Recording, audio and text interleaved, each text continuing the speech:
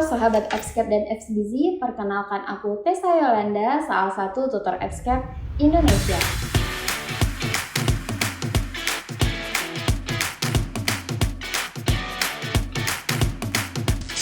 Pada video kali ini, kita akan membahas beberapa soal yang sering keluar saat UKOM. Udah pada penasaran? Yuk simak video berikut ini. Seorang anak perempuan ditimbang berat badan dan tinggi badannya di puskesmas dengan hasil berat badan 9,4 kg dan tinggi badan 76,7 cm. Dengan hasil Z-score, berat badan menurut umur minus 1,0, tinggi badan menurut umur minus 1,7, dan berat badan menurut tinggi badan minus 0,22. Apakah status gizi anak tersebut menurut indeks TB/U? Nah, kira-kira apa nih jawabannya sahabat Fscape? Langsung aja yuk kita bahas untuk soal yang pertama. Untuk kita menghemat waktu, kita mulai baca dari soalnya. Di sini yang ditanyakan adalah status gizi anak menurut indeks TB/U. Jadi kita fokus ke data tinggi badan menurut umur aja nih teman-teman semua. Dimana dari data di sini yang kita dapatkan tinggi badan menurut umurnya adalah minus 1,7 standar deviasi.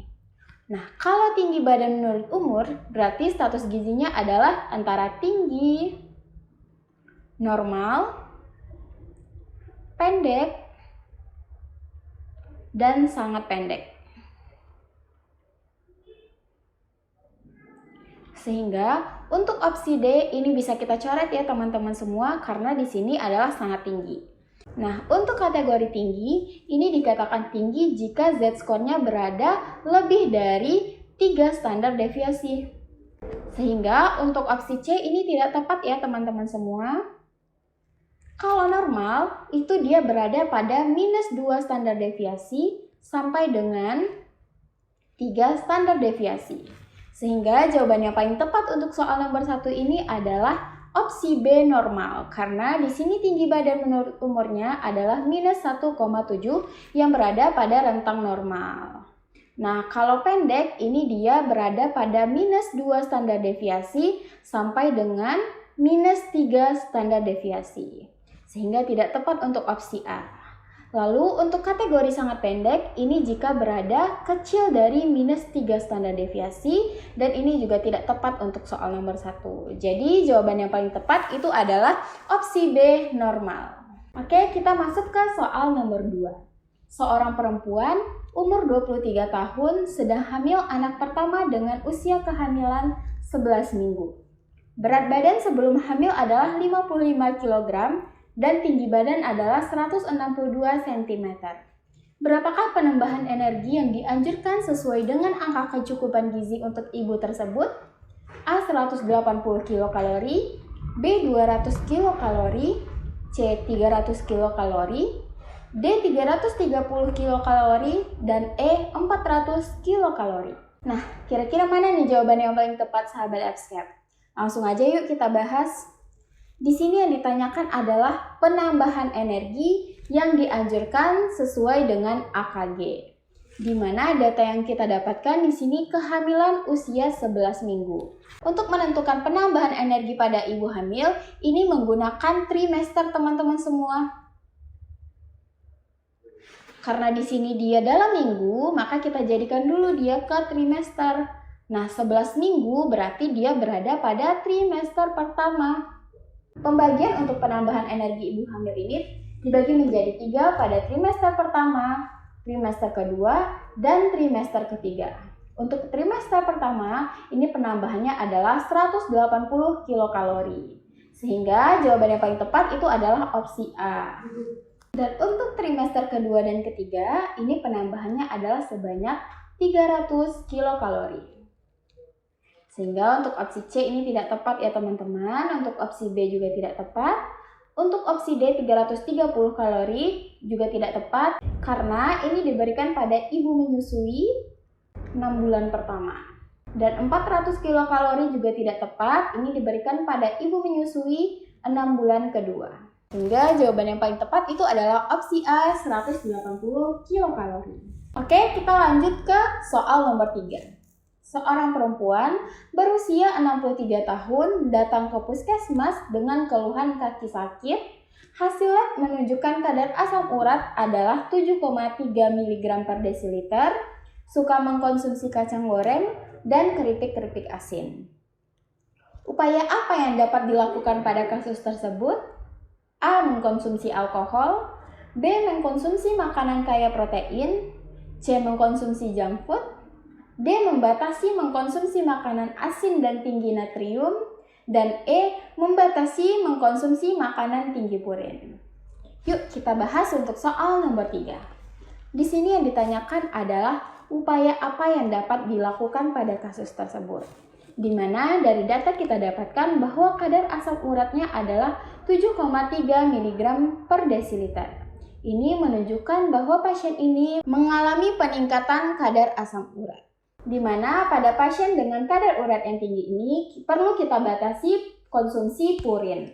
Nah, untuk opsi A ini tidak tepat ya rekan-rekan semua karena alkohol ini dia mengandung purin yang tinggi. Untuk opsi B, mengkonsumsi makanan kaya protein juga tidak tepat karena makanan yang mengandung protein yang tinggi biasanya juga mengandung purin yang tinggi. Lalu mengkonsumsi junk food juga tidak tepat karena junk food tidak baik untuk kesehatan.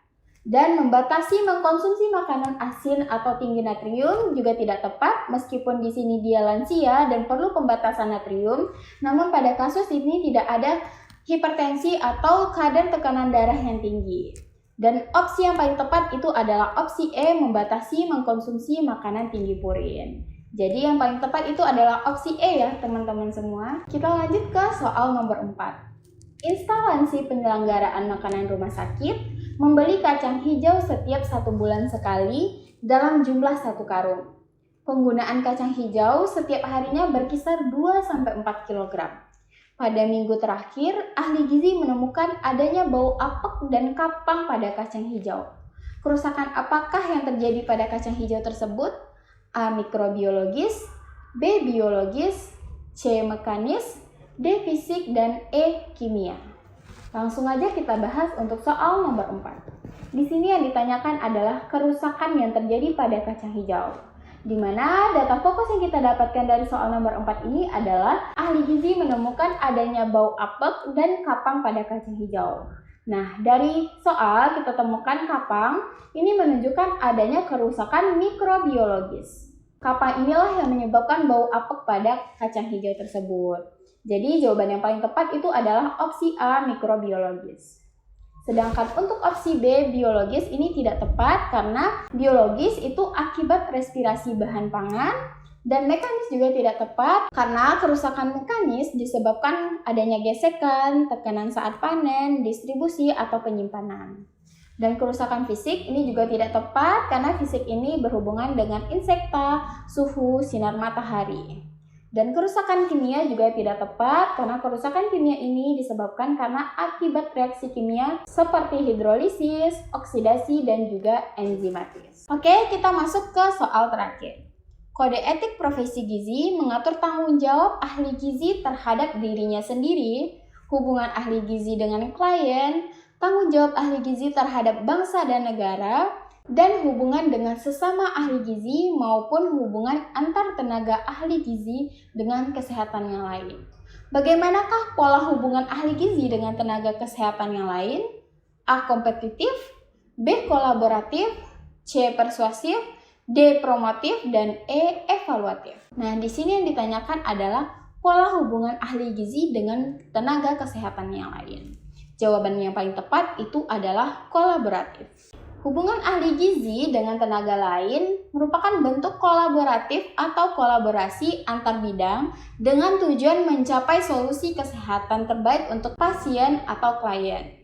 Nah, untuk opsi A ini tidak tepat karena kompetitif ini menunjukkan adanya persaingan dengan tenaga kesehatan lainnya, sedangkan persuasif ini juga tidak tepat karena persuasif ini yaitu mempengaruhi orang lain atau membujuk orang lain. Dan promotif ini juga tidak tepat karena promotif ini berhubungan dengan promosi kesehatan.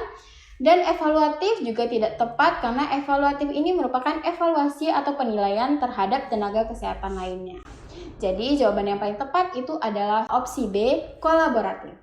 Nah, itu dia tadi video pembahasan soal kita kali ini. Jangan lupa untuk like, komen, dan subscribe channel YouTube Expert Indonesia. Dan sampai bertemu di video-video pembahasan soal lainnya. Assalamualaikum warahmatullahi wabarakatuh.